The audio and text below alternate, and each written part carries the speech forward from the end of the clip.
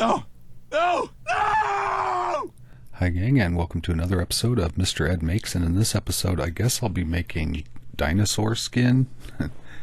I love pictures or paintings or sculptures, anything that's got a really interesting repeating pattern kind of texture to it, but it doesn't need to be perfectly repeating. It can have some capriciousness so that it has an organic feel. And scales, alligator skin, reptile skin, dinosaur skin, these have that kind of tessellating pattern and then the organics to it. So I was wanting to kind of replicate this uniform geometry in an organic way.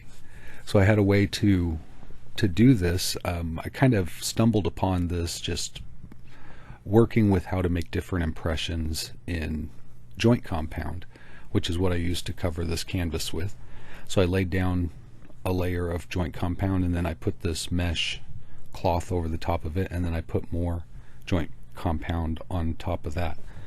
And I could have probably been really neat and made sure that all the strands lined up perfectly and parallel and nice, but that's not what I was really going for. I like how it kind of moves around a little bit. It's not always even, and some of the pieces are running together, and they're not always parallel or whatever. So it's a great exercise if you're not perfect and you don't want to be perfect about it.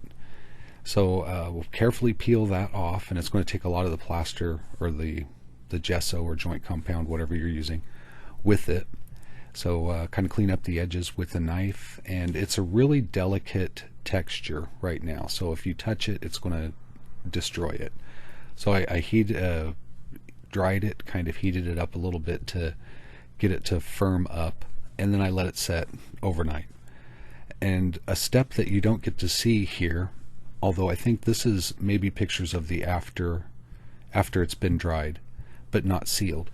So I took white glue, actually a clear white glue, if that's a thing, a PVA glue that's clear, and I just poured it on top of there and just let it run and seal the top with a thick layer of this glue so that it made it a lot more firm, and it's not going to break when I apply color to it.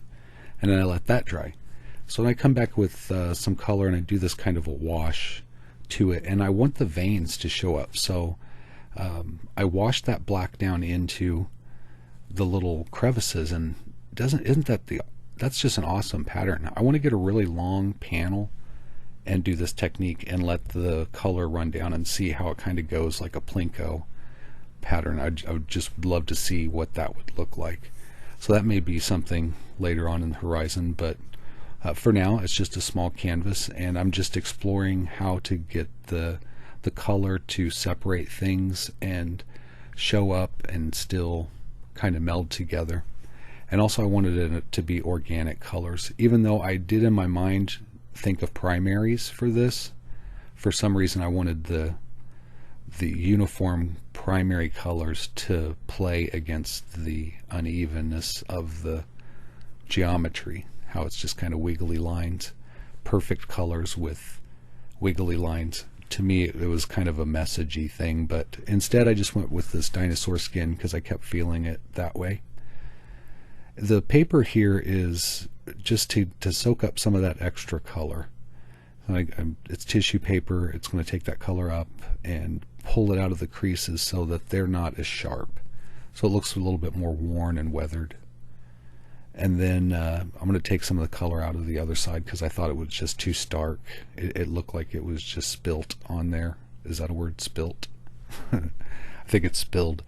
But anyway, dab that up and kind of softened it a little bit, and then just clean up the edges with some black. And I think it's done for now. I could play around it with it some more, add some more color, see what I could do with it. It kind of looks like a cityscape from up above, like a satellite photo of the city. So maybe working with some lights and stuff might be an option in the future, because I think lights would show through the crevices if I did it just right. So if you're new here, please consider subscribing. I'd really appreciate that. If you're subscribed, think about hitting the bell so that you're notified the next time I have a project like this, or maybe I work on this later. But here's the close-up photos. Isn't that pretty cool looking. I really like it, and I hope you do too, and I hope you give this project a try, and if you do, let me know. That's it for this one. Thanks for watching. As always, I really appreciate it. If you like this video, again, hit the thumbs up, leave a comment if you have a question, and as always, until next time, you guys, take care.